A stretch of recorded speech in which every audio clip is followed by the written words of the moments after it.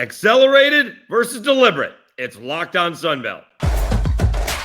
You are Locked On Sunbelt, your daily podcast on the Sunbelt Conference, part of the Locked On Podcast Network, your team every day.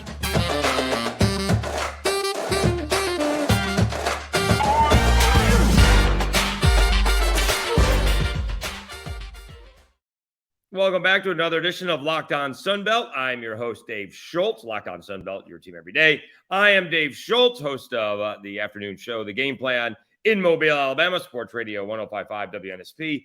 And prior to that, Lafayette, Louisiana, 103.7 The Game, talking about the Louisiana Raging Cajuns, covering them. A little LSU as well, of course, obviously. All right, great show for you today. Ty Keys went where? We'll finish up. Went where? We'll finish up with that a little bit later on. We'll run down all of the matchups that's going on tonight in the Sun Belt. But the big one, at least as far as I am concerned, is Marshall versus Texas State. This is a great, great matchup.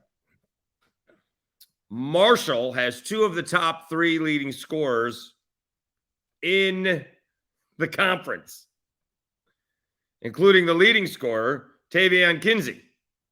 He averages 21.2 points a game. Andrew Taylor, almost 19 points a game. And Camden Kerfman averages 11.5 points a game. Texas State, on the other hand, has one guy who averages more than double figures.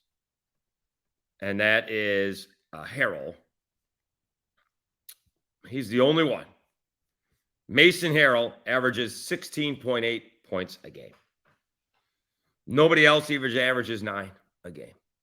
They did have double figures against two guys in double figures against South Alabama a couple of games ago, and then against Troy.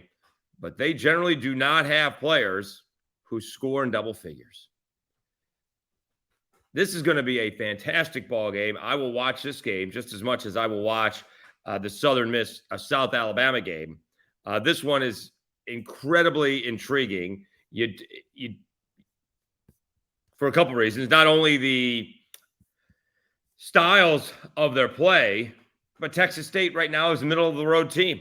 You know, they're the defending regular season champs. They're 10-9 overall and 3-3 in the Sun Belt.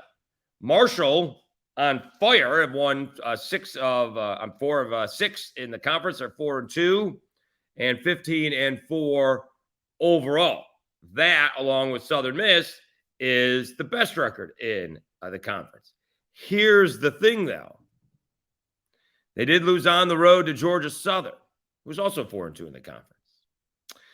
It'll be interesting. And by the way, a little bit interesting, that's their only road game of the year in the conference. Usually you're at home for 2 and you're on the road for 2. Marshall happens to be having 5 home games so far and just 1 road game thus far. They'll have to make that up somewhere along the way, I guess. But as of right now, that's the way it is.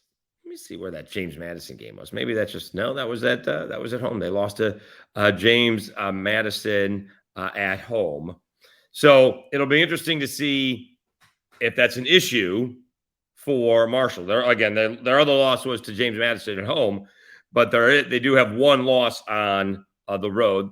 Their other loss to UNC Greensboro is on the road, and let's see, they lost at Queens University Royals. I don't even know what that is. Oh, okay. In the Atlantic Sun Conference. Okay. I'm not even familiar with that school. But nonetheless, so 3, as it turns out, 3 of their 4 losses are on the road. And if we look at the Sun Belt map, can we look at the Sun Belt map now? Can I find a new one along those lines? So it's not quite the furthest, but it almost is. I guess either JMU or ODU would be the furthest away from San Marcos, but Marshall is right there. I didn't realize how close Marshall was to Kentucky, as it turns out, right there kind of in the triangle with Kentucky, West Virginia, and Ohio. All right, you learn something new every day. So nonetheless, it is an incredibly far trip for Marshall going all the way to San Marcos. And this is a big opportunity for Texas State to turn things around a little bit. They did have a couple of wins against, against South Alabama, and they came up with a big win as well. Quickly, let me see this against. Well, they came up with a big win against James Madison. Then they beat South Alabama. Then Arkansas State, which is not that big of a win, but they beat them by 3. But then they went and lost to Monroe. So they could have won 4 straight in the conference after starting off 0-2. But they've lost. How about this? They've lost to Monroe twice. Huh. I didn't even notice that. Texas State has lost to Monroe twice, once at home and once in Monroe. And again, I mean, listen to these scores. There's not much room for error when you're talking Texas State. They lost to Monroe 57-53. They lost to Troy 55-52. They beat James Madison by 1. They beat South Alabama by 6. That seems to be the largest spread. They beat Arkansas State by 3, and they lost to UL Monroe by 3. Let's check out their stats because, I mean, do we have like points against? Because it's almost got to be even for the most part because, again, there's just not a lot of room for error. Listen to this. Oh, goodness. It's almost exactly even. They score 64 points, 64.8 points a game. They give up 64.3 points a game. There's not a lot of room for error for Texas State. Whereas Marshall scores more than 81 points a game, 81.5 points a game, and they only give up about 69, just less than 69. So a little bit more room for error there. Let's check out what Marshall's last few games have been. The last 5 for Marshall. All right, they lost to JMU by 6. They lost to Georgia Southern by 5. They beat Coastal by 15. They beat Southern Miss by 22. And they beat ODU by 8. A little bit of difference there. Although 3 of those 5 games are less than 10 points. But nonetheless, there's that room for error that you're not necessarily relying on you making a play or 2 down the stretch or the other team not making a play or 2 down the stretch. It's going to be a fascinating matchup, and I am really looking forward to it to watch Texas State take on Marshall. I have not seen Marshall. We saw Texas State up close and personal here in Mobile at the Mitchell Center. All right, we will take a timeout. We will come back, and we will talk about the rest of the slate for the Sun Belt. And then Ty Keys from Southern Miss went where? Really? I'll tell you why he did what he did. All right, meanwhile, let me tell you about BetOnline. BetOnline.net is your number 1 source for sports betting info, stats, news, and analysis. Get the latest odds and trends for every professional and amateur league out there. From football to basketball to soccer and esports, we've got it all at betonline.net. And if you love sports podcasts, you can find those at BetOnline as well. We're always the fastest and easiest way to get your betting fix. Head to the website today or use your mobile device to learn more. BetOnline, where the game starts. All right, Dave Schultz back on Locked On Sunbelt, your team every day. Let's check out the rest of tonight's action in the Sunbelt. We did mention that South Alabama is heading to Hattiesburg to take on Southern Miss, and I had JT Crabtree on the show today. He is the radio voice of South Alabama, and he thinks there may be a little retribution heading towards South Alabama's way. South Alabama was a good basketball team last year. They were really good. Started out 10-3 before they got into league play. One of those wins was an 85-55 win over Southern Miss. And that game, as you can tell, was not particularly close. Southern Miss last year, along with Marshall, by the way, almost the same thing. They lost 26 ball games last year. Marshall lost 21. Southern Miss lost 26 ball games. In Conference USA, they were 1-17 in Conference USA. Talk about a turnaround. Both those teams are having amazing turnarounds. Southern Miss they lost at Louisiana. No shame there, although they probably would have liked it closer than 14 points. And they did get throttled by Marshall. I'm sure they would have liked to have that a little bit closer. But we'll see what happens tomorrow night. South Alabama going to Southern Miss. I will say this for the Jaguars. They played their best game of the year against the Cajuns. If Kevin Samuel comes back, and I don't know that to be sure, but if Kevin Samuel comes back, the 7-foot center, and they can get production from Jamar Franklin, Owen White, and Marshall Kearing, they'll be as good as expected. The thing is, they haven't been getting that production on a regular basis, and they need Greg Parham, the outside shooter who was injured last year. He needs to start hitting the threes because he's missing wide open shots. So if they can take what they learned against the Cajuns and apply that moving forward, including to Southern Miss, they'll be in a lot of basketball games. If they revert back to form, it's going to be a long season. All right, Troy is taking on James Madison. Troy also, right, 4-2 in the conference. A little bit of a surprise, only putting up 45 points. I think we discussed this. That's their low output of the season, certainly in the Sun Belt. Although Troy may be another one of those teams that is a little bit deliberate with the basketball. Let's see here. Troy, well, not that deliberate. Troy averages almost 74 points a game, gives up 64 points a game. JMU, leading scoring team in the conference, 85 points. They give up 65 points. So we'll see if Troy tries to slow JMU down. Remember, the Jaguars did take care of the Dukes. They had to hang on for a 1-point victory. All right, UL Monroe hitting the road. They're taking on Georgia Southern.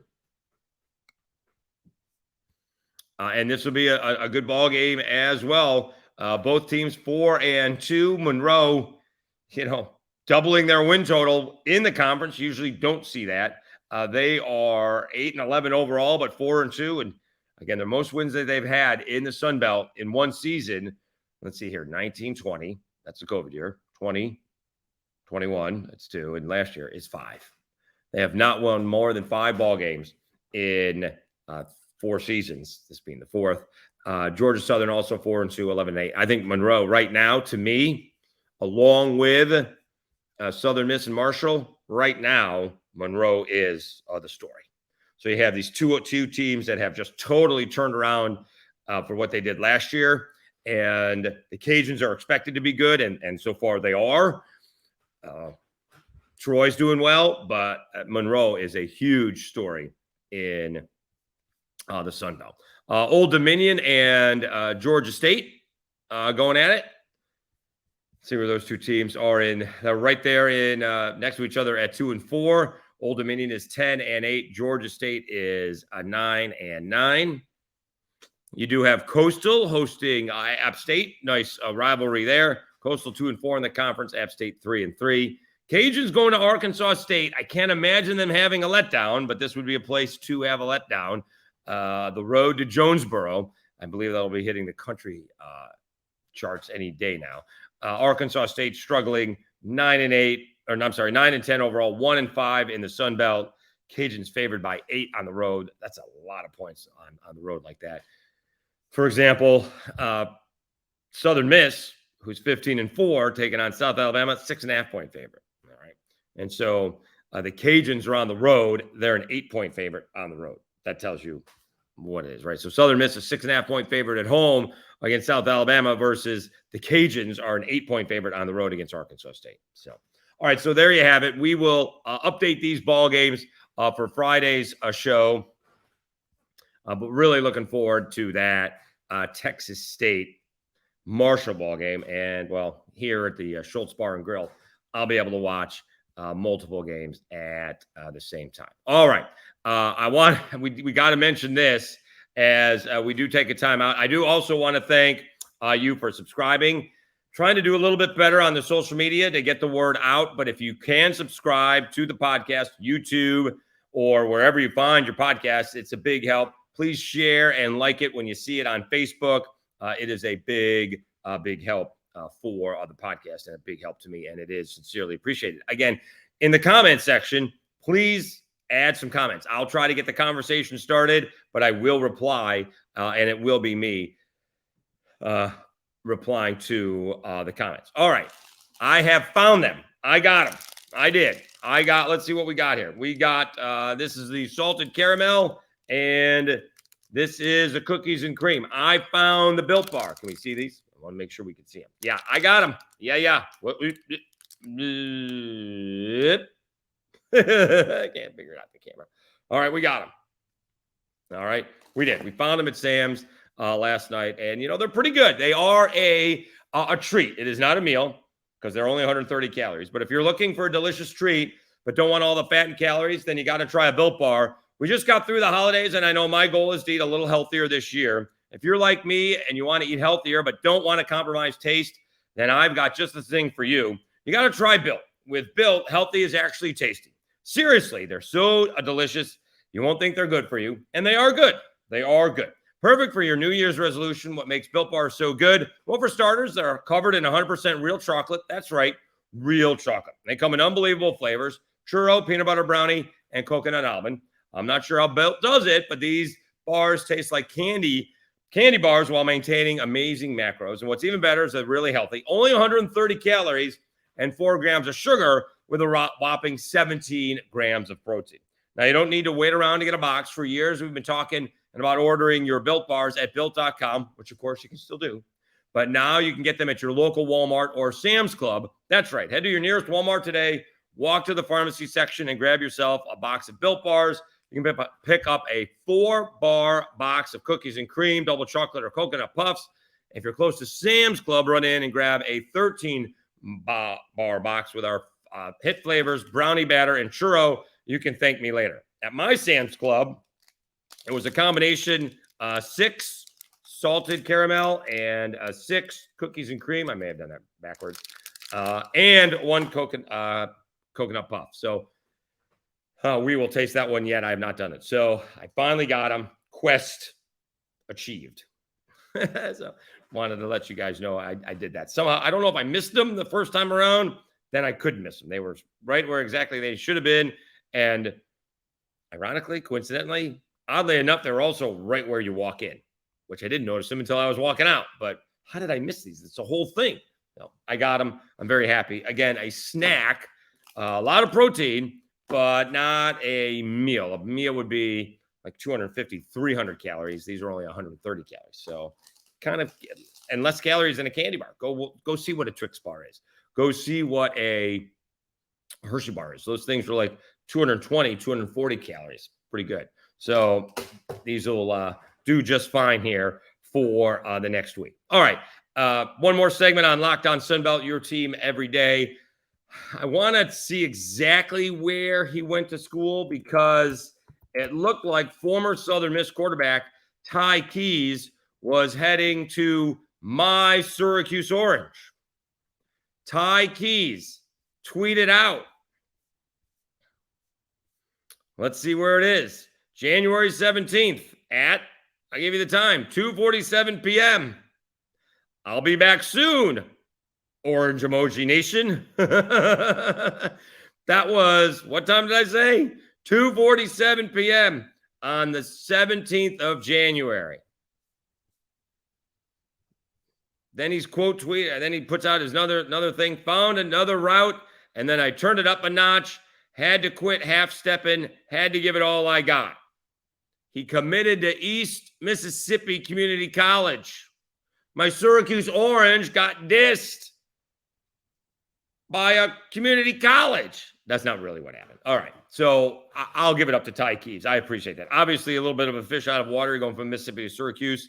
Maybe he was like, yeah, it's a little cold up there. So although I don't like the idea that he's not coming to Syracuse, I appreciate what Ty Keys is doing here. Okay. basically, I don't. He's not dissing Syracuse for East Mississippi Community College. He's dissing Syracuse. Period. He thinks he can do better than Syracuse. That's why he went to the community college. If he ended up going to Syracuse, then he's kind of stuck there. Or if he does transfer again, he's got to wait a year to play. Now, guess what happens? Now he gets to play at East Mississippi Community College, and then he gets to transfer again to an FBS school. So well played by Ty Keys. Again, not happy that my Syracuse Orange aren't getting a very talented quarterback. But nonetheless, whereas let's take a Zach Calzada. Zach Calzada went from A&M to Auburn. Did he play it down? I'm not sure how much he played. He didn't play very much at Auburn, if at all. He was hurt. And he's now at Immaculate, and he went back into the portal. Now he's at Incarnate Word, not Immaculate. Incarnate Word. All right, because if he wanted to play again this year or next season, this year as it turns out, he had to go down a level. So we'll see where Ajay Hall goes. Ajay Hall was a highly rated wide receiver, I believe, out of Florida. Ended up going to Alabama. That didn't work out at all. Transferred to A&M. That didn't work out much better. Or no, to Texas. In fact, it was Texas. That didn't work out much better. And now he's in the transfer portal again. I'm not sure he's going to be an FBS. I've not seen that yet where you can transfer twice without sitting out a year. So well played by Ty Keys. Really took a long-term look compared to short-term gain. All right. First of all, let me go play. I haven't played very much in 2 years. Let me go play, and let me see if I can go get more offers and see how that goes here in the coming year. He probably won't be able to get to Ole Miss because, well, first of all, you got Walker Howard there, and he just transferred in, and he is, one of the highest rated quarterbacks going. Okay. But what about Will Rogers? Who's coming up in Mississippi State after Will Rogers? That'll be interesting. So Will Rogers is back. He technically can be back for 2 more years. First year at Mississippi State was the COVID year, but he's a 3-year starter in college football. He's going to be a 4-year starter next year. Who is going to replace Will Rogers if he leaves after 4 years? That's going to be interesting. All right, so we'll see what happens there. Maybe, and I'm just thinking Mississippi here. So that would be one of the situations. You do have a couple of guys, Chance Lovertich, who was a former South Alabama quarterback, but nobody played very much outside of Will Rogers. All right, the other guys attempted a total of 17 passes, compared to 6'10" for Will Rogers. So Will Rogers will be back, but if Will Rogers leaves, maybe Ty Keys can talk his way into or play his way into a job with Mississippi State. I'm just thinking along the lines of why he would go to East Mississippi Community College instead of a Power 5, don't laugh, Syracuse. But the reason is he thinks he can do better in Syracuse and he can transfer again from the junior college. So good job by Ty Keys. Wishing him all the best. All right.